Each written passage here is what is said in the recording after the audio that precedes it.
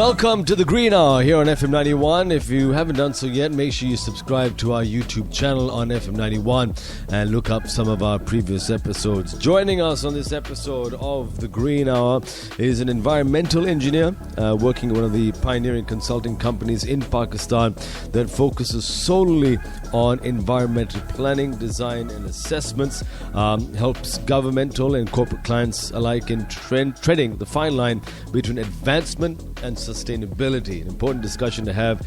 Omar Arif joins us this morning on the Green Hour. Welcome to the show. Assalamu alaikum. Thank you for having me. Wa alaikum salam. Environmental planning, design and assessments, corporate clients and governmental clients. I'm curious, which is more proactive in following some of these assessments? Well, coincidentally, when we started around almost 30 years ago, private clients didn't have that much of a culture towards environmental sustainability or awareness for the matter. When we had more international companies coming into Pakistan, establishing their own counterparts here, then the culture and awareness began to stem and then spread around.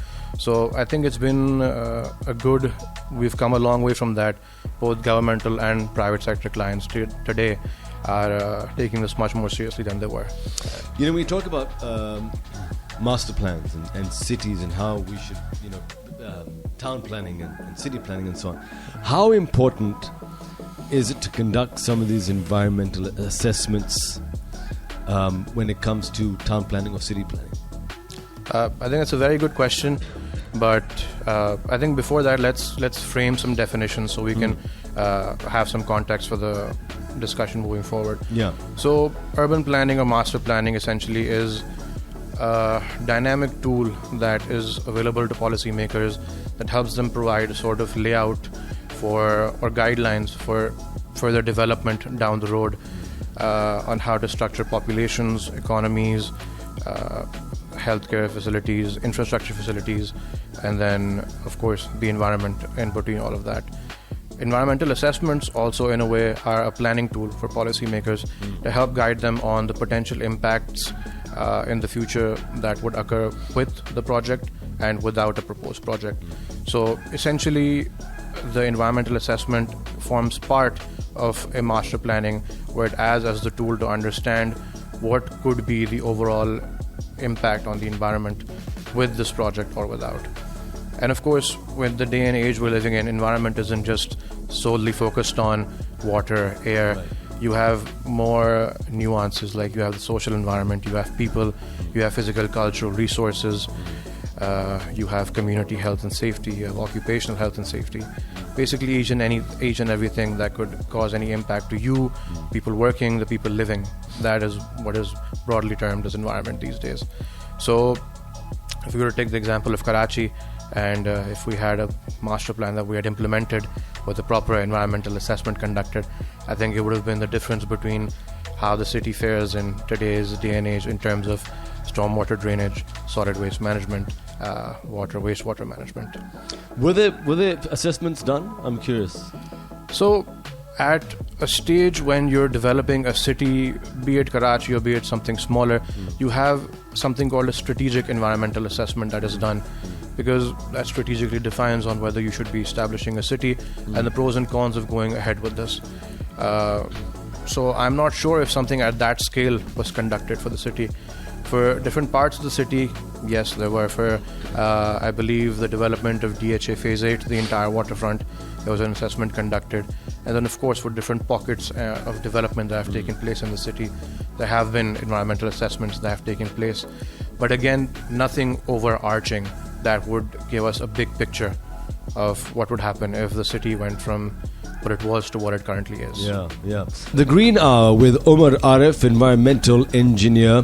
What aspects of an environmental assessment are most important to consider when you're designing a master plan for a city? Okay, so if we were to revisit what we defined as the environment, we have so many things going on. Right. Not just the physical environment, the biological environment, but also the social and cultural elements of the project also.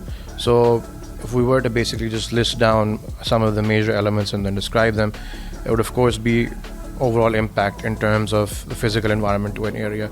How much are we expecting to remove land cover from the area? How much are we expecting to change the area's natural hydrology, natural topography, any impacts that we're foreseeing on soil capacity? Will the soil be able to withstand something as heavy as major development?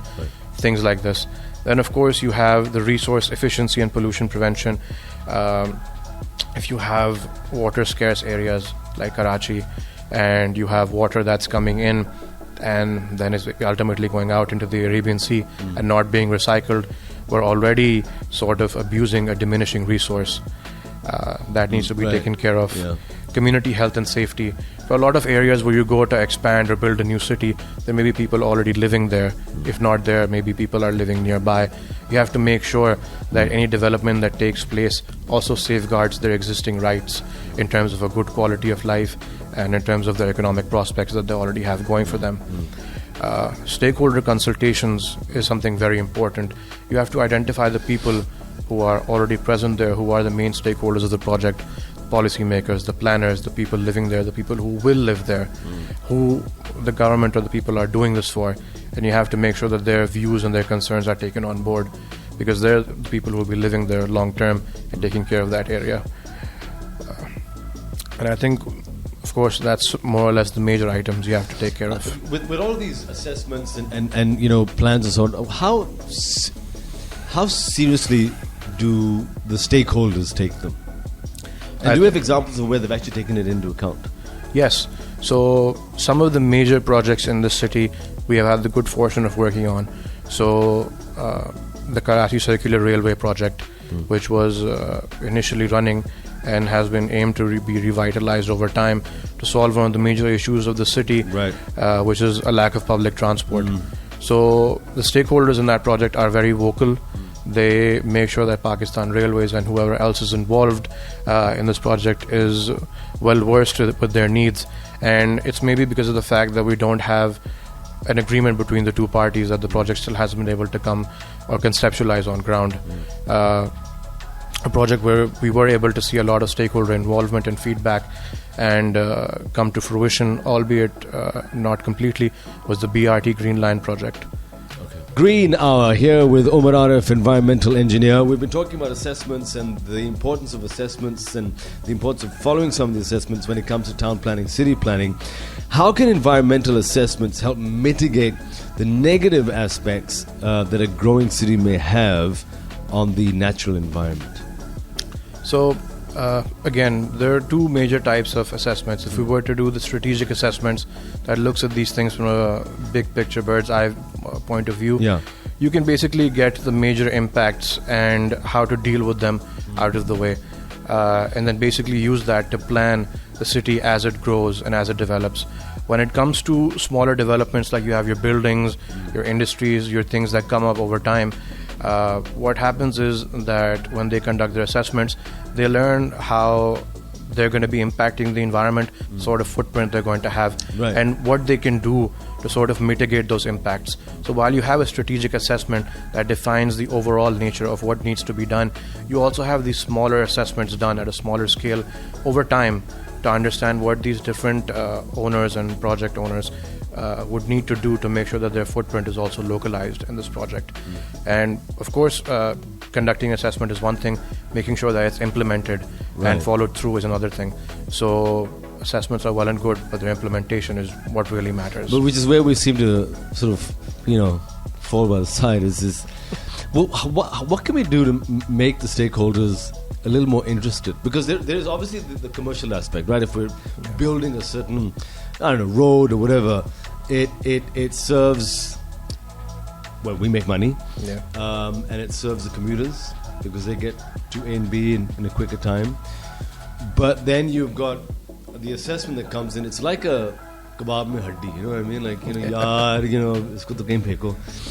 How do we get stakeholders a little more interested in what's going on? I think there needs to be a top-down, trickle-down something method that basically has all people involved, from the government to people at an individual level, more active and then more thinking long-term in this scenario. Because conventional development, of course, focuses on economic development, buildings, and then the short-term returns. Whereas if you look at it from the long term, if you have more green spaces, you can save up on heating and cooling costs by diminishing the urban heat island effect. We don't have something as basic as wastewater treatment plants, where we're taking water from the Indus River, and which is something that's already diminishing, and then we continue to abuse that every day instead of possibly recycling that water, then using it towards our different needs. You talked about strategic assessment. So, for example, that would mean if I have a particular line, a road, or whatever it is that will serve the larger population, but there's an environmental impact, a negative impact. Yeah. Do you then provide solutions, and do you go, this is what we can do alternatively?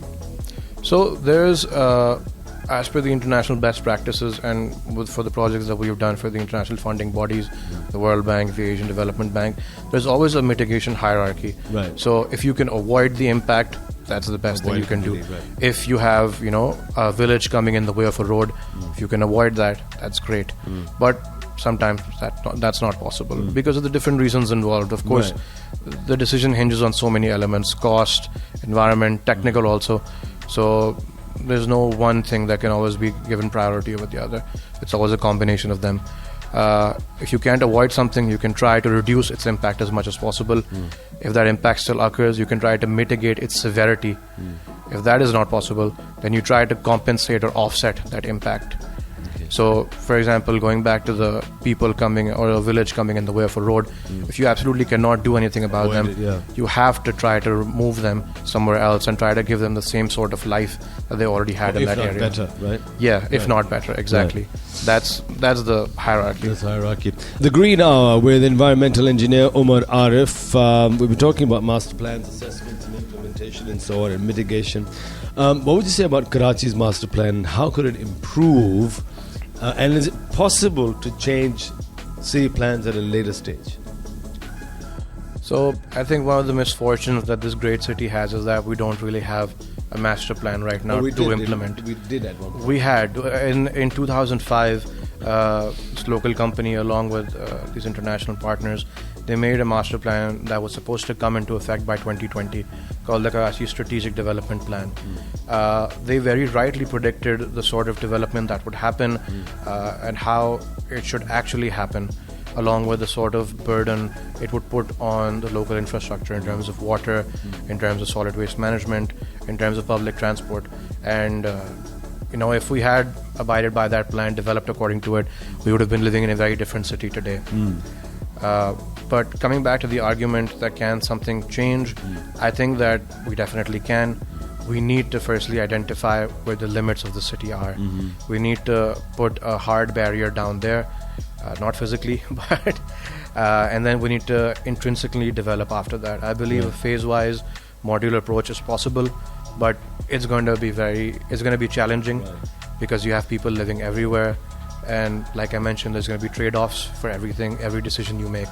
And you just have to make sure that the people that you're working for and the people who are already there, both of their rights are safeguarded in the process. And who then is in charge of overseeing that all of this is actually done? That's a tough question. I would say the local government department, at least for Karachi, the local government department of Sindh, and then its major bodies such as the Karachi Water Sewerage Board, the Sindh Solid Waste Management Board. They've got the Sindh Mass Transit Authority now. So all of these guys who serve as some of the more critical backbone infrastructure of the city, they all need to get together and make sure that all development. And do you know of any such plans that are taking place, I don't know, for Karachi or any other city for that matter? Well, again, development that's currently taking place is somewhat rather secluded from the different sectors. So there is intervention from the World Bank in the form of two major projects with the Karachi Water and Sewerage Board and with the Sindh Solid Waste Management Board. We happen to be working on both of them. So we have the good fortune of knowing that if these come to pass, they will be game changers for the city in developing a proper water and wastewater network and a proper backbone solid waste management system. So where are we headed? Because you're involved in so many things. Where are we headed? See, I want to say that we're headed towards a brighter future, but I've been born here, I've been raised here. I spent a lot of time abroad and I came back here because I love this city. But I really feel like the people of this city need to take ownership. And because there's, a lot of people who don't necessarily own Karachi as their own city, that feeling isn't there for maybe cities like Lahore, Islamabad. If that were to happen, I think we would see a major change from the government also. I like that. Take ownership of your town, your mohalla, your city, and your country. Omar Arif, environmental engineer on the Green Hour. Omar, thanks very much. Can we look you up on Instagram or Facebook if anyone wants to get in touch with you?